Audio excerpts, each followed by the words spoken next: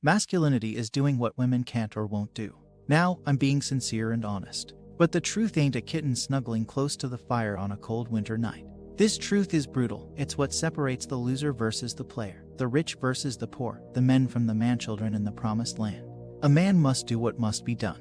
Honey, I can't open this lid. The lid must be opened. You have to do it. This is what it means to man the heck up. Masculinity is wrapping a towel around the lid and becoming a living, breathing wrench till you yank that dang thing off. You did it. What a man. That's you, the Swiss Army knife of her wildest dreams. Still not buying it. Okay, how about when you hear a scary noise? Honey, did you hear that? It's 2 a.m. Your kids are fast asleep. But something sounds like it's moving downstairs. Sure, she could pick up that metal bat and check it out. But she won't or can't. So as a man, you must do it. That is your duty. Gender roles exist because nature gave you the extra muscle to flex. You must squeeze your money maker. You must do what must be done and take that bat and shove it up whoever is downstairs' sweet pie dispenser. If you refuse because you're scared, then you lose man points. Humans, it seems, instinctually accept the narrative of the dominant adults. Children accept their parents' worldview without question. It's simply our nature. As we get older, we start to observe the world. And when conflicts between our expectations and what we think we observe arise, we often look to high-status individuals to tell us what to think about these differences. Those humans that are more competitive, or we might say, more dominant or competing for dominance, do not accept the narrative of others and often fight to have their narrative become the prevailing idea. This is one reason why every human is important, because while not everyone has their own ideas, it is critically important which stories we choose to believe. Generally, the village elders have had the unique privilege of defining what it means to be a man. These elders crafted amazing stories of gods and other beings who gave a sense of what is universally right. These stories are with us today in every culture, and they are under attack from every side. The village elders no longer exist. They have been replaced with movies and other stories. We rarely see our fathers working or know what it is that makes them men. Even more interesting, we often see our mothers running the homes and defining the narratives of their children's lives. So what should a man be? What is masculinity? One, physical. Only a man who knows what it is like to be defeated can reach down to the bottom of his soul and come up with the extra ounce of power it takes to win when the match is even. Whether competing for food, fighting hand to hand, or challenging each other in the sporting arena, mastery of one's own physical abilities is an important part of being a man. The most primitive, yet still one of the most prominent traits, a man's physical capability affects everything from self-preservation to mating preferences. The health and virility of a male make him an appealing candidate for partnership with the opposite sex, while his strength and stature still prove to be influential factors in both the social and business world. 2. Aggression. Men must use aggression responsibly. Men are usually bigger and stronger. In his shared responsibility over the care and protection of his family and community, he needs to be ready to protect them. In our age, aggression is rarely necessary, but it needs to be honed and understood in the case that it is necessary. Men should know their limitations and their strengths. They should compete in sports and other activities to develop their body and minds. Men need to know how to do all the things that they expect of those they are responsible for. They need to be an example because humans learn to watch each other, not by telling each other what to do. Lastly, men need to know how to deal with pain, both emotional and physical, with emotional pain often being more challenging than physical. They need to be able to ignore discomfort and challenge and stay focused on their responsibilities. There are few differences between men and women,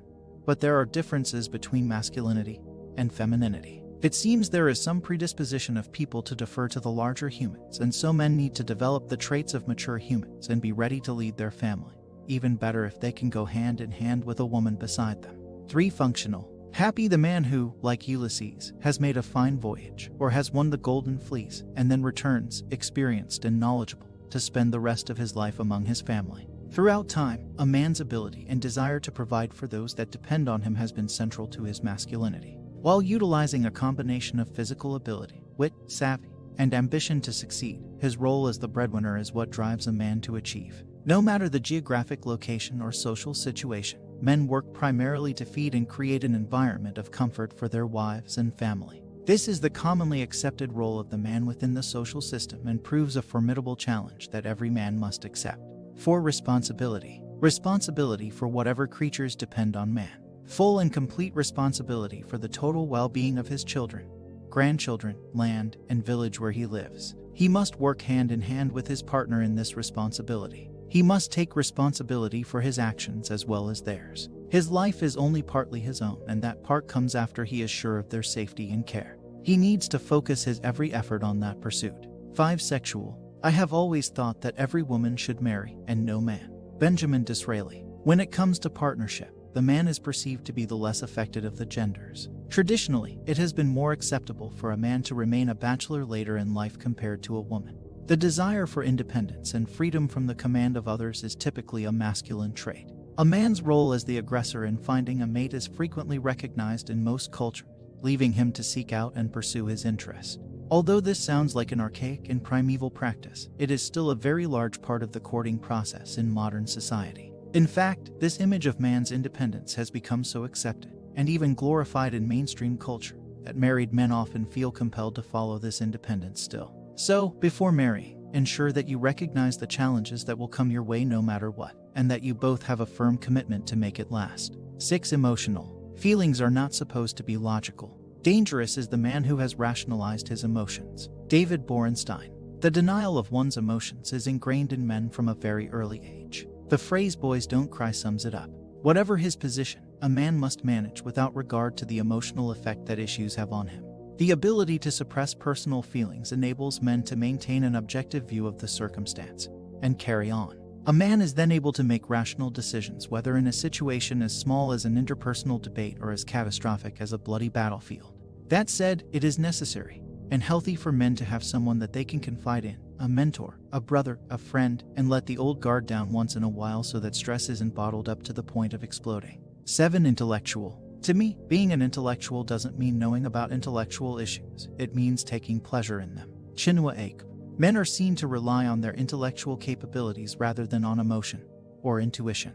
The utilization of reason and logic enables men to view situations objectively and thus respond to them in a rational way. Only factual information is considered, while feelings are deemed unsuitable evidence on which to base decisions. Education and the acquisition of knowledge are viewed as important factors in male development. 8. Interpersonal. A true man hates no one. Napoleon Bonaparte. In interpersonal relationships, men are prone to adopt leadership roles and take the initiative to act on the other's behalf. This can manifest itself negatively in the form of dominant behavior, by suppressing the will of others in the name of self-interest. However, this leadership can also be utilitarian. It is highly effective in the family model, as the father is able to establish order in the household. Giving direction and acting as a disciplinarian are common functions of men as a result. 9. Life. The most successful men, in the end, are those whose success is the result of steady accretion. It is the man who carefully advances step by step, with his mind becoming wider and wider, and progressively better able to grasp any theme or situation, persevering in what he knows to be practical and concentrating his thought upon it, who is bound to succeed in the greatest degree. Alexander Graham Bell. Among some of the other characteristics commonly attributed to men are ambition, pride, honor, competitiveness, and a sense of adventure. These are not necessarily the attributes possessed by the perfect man. Rather, they are displayed to varying degrees, in one way or another, in most all men.